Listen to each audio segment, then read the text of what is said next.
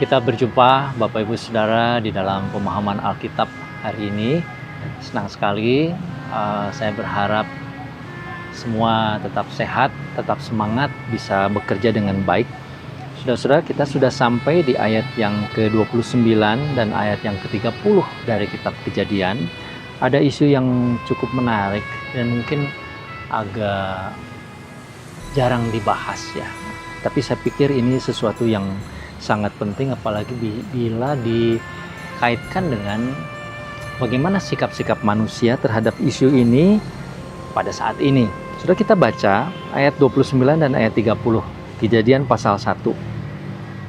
Berfirmanlah Allah, lihatlah, aku memberikan kepadamu segala tumbuh-tumbuhan yang berbiji di seluruh bumi, dan segala pohon-pohonan yang buahnya berbiji, itulah akan menjadi makananmu.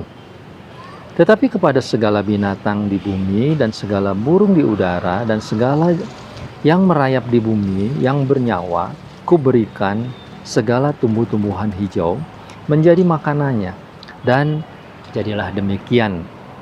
Jadi isu yang diangkat saudara-saudara pada dua ayat ini adalah mengenai berkat Tuhan yang kedua, yaitu tentang makanan. Ya, tentang pangan ini saudara. Kalau tadi atau beberapa waktu yang lalu saya menyinggung tentang berkat Tuhan kepada manusia, yaitu keturunan. Nah, tetapi pada saat ini kita melihat bahwa Tuhan memberikan makanan kepada manusia. Saudara, ini mungkin seperti kalimat biasa ya, tetapi sebetulnya kalau kita perhatikan, sudah kita dipelihara oleh Tuhan itu melalui makanan-makanan yang tumbuh dari alam, dan itu adalah semua berkat dari Tuhan. Apakah kita sungguh menyadari hal ini, saudara?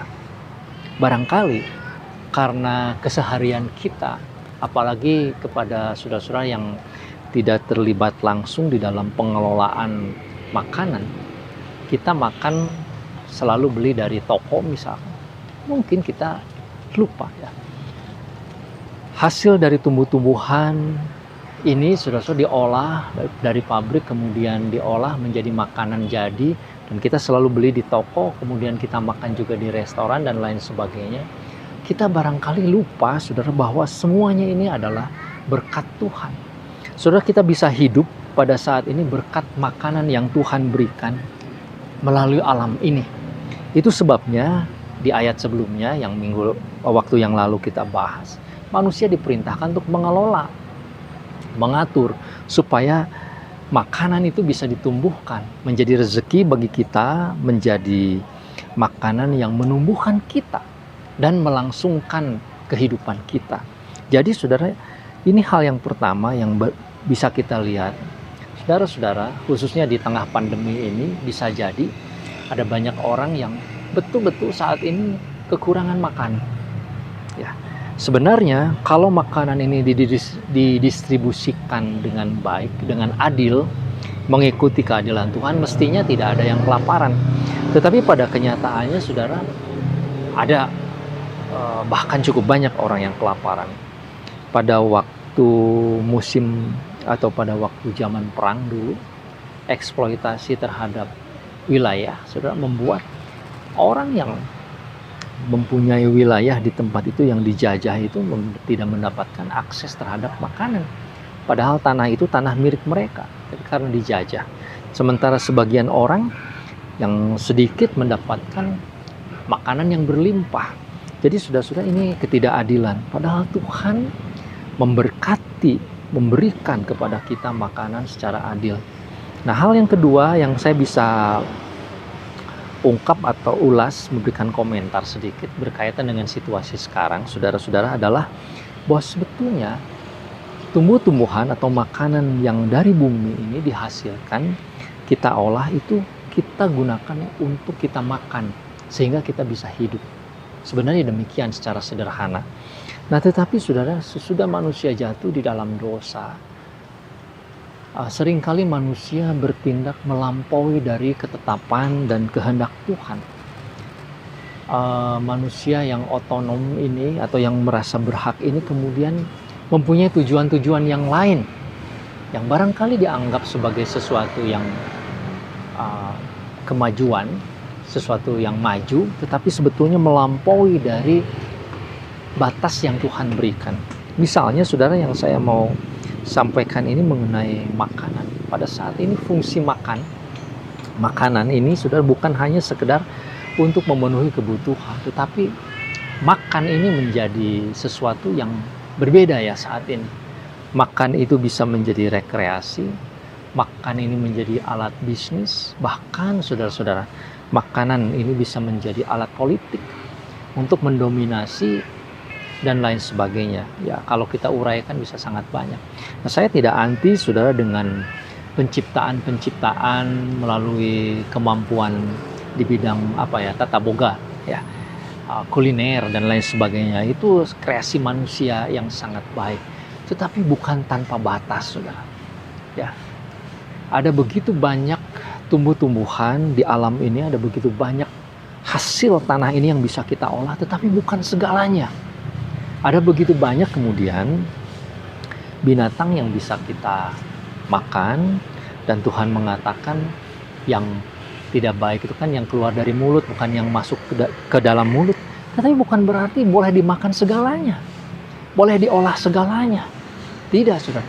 Ada banyak pohon-pohon yang unik, yang langka misalnya, ya kalau dieksploitasi habis, dan kita menjadi orang yang tidak bertanggung jawab. Banyak hal saudara untuk keseimbangan alam, pohon-pohon tertentu tidak bisa dimakan. Mungkin pohon-pohon tertentu, tumbuh-tumbuhan tertentu menjadi makanan bagi binatang, bukan menjadi makanan bagi manusia, sehingga tidak bisa kita ambil seluruhnya untuk manusia. Sementara binatang tidak kebagian, misalkan. Jadi, saudara-saudara, kemampuan ilmu tata boga atau kuliner ini harus juga punya batas. Ya. Kita berkreasi itu harus pada batas tertentu. Tidak bisa kita eksploitasi, mengolah segala-galanya, sehingga kita menjadi orang-orang yang tamak, orang-orang yang rakus, menjadi orang-orang yang bisa melakukan apa saja. Nah, itu yang bisa kita lihat, saudara-saudara, hal yang kedua. Kemudian hal yang ketiga, barangkali berkaitan dengan makanan ini yang perlu kita perhatikan. Jangan sampai makanan ini menjadi penyakit bagi kita, menjadi kutuk bagi kita. Musa kepada umat Tuhan, saudara-saudara, itu memberikan batas-batas ya, yang menggunakan istilah haram. Sebenarnya itu di dalam konteks, memang ada dalam konteks ibadah, artinya bangsa-bangsa di luar orang Israel pada waktu itu makan apa saja ya, yang tidak ada batasnya, dan itu menjadi ritual yang menjijikan. Nah, Tuhan mengatur melalui hukum Taurat yang itu tidak boleh dimakan. Tetapi sudah di dalam Tuhan sebetulnya pada saat ini bukan hal tersebut yang menjadi penting ya, tetapi yang menjadi penting adalah apakah makanan yang kita makan itu berarti bagi kita, memberikan kesehatan, atau bahkan sebaliknya menjadi racun, menjadi penyakit bagi kita.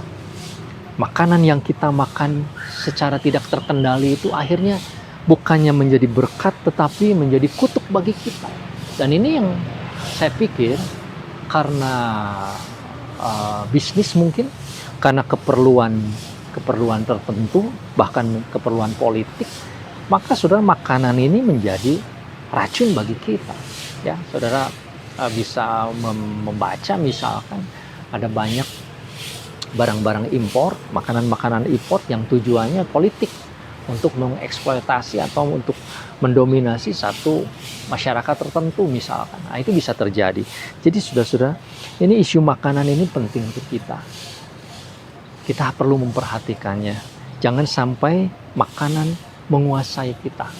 Makanan atau perut ini saudara-saudara menjadi berhala bagi kita. Ya, saat ini memang seperti yang di dalam perjanjian baru, nampaknya Tuhan Yesus sudah juga memberikan ciri-ciri akhir zaman ini. Perut ini, saudara, makanan ini menjadi berhala. Ya. Nah, saya kira kota Bandung salah satu kota yang betul-betul bisnis kuliner ini luar biasa baik. Ya. Dan ini adalah berkat Tuhan di satu sisi, tetapi saudara, Bisa juga menjadi berhala. Orang lupa segalanya dan hanya memikirkan makanan.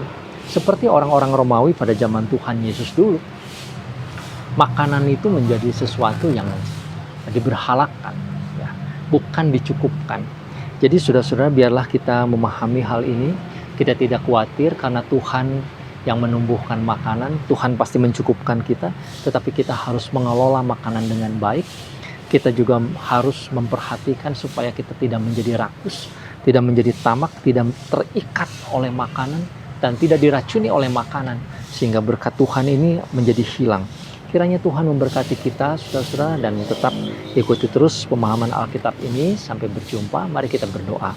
Bapa, tolong kami supaya berkat Tuhan melalui makanan ini sungguh-sungguh menjadi berkat bagi kami, untuk kehidupan kami, untuk kelangsungan anak-anak, cucu kami, masa depan manusia ini. Kami mohon berkat-Mu karena kami percaya segala makanan itu diberikan oleh Tuhan. Dalam nama Tuhan Yesus kami berdoa. Amin. Tuhan Yesus memberkati.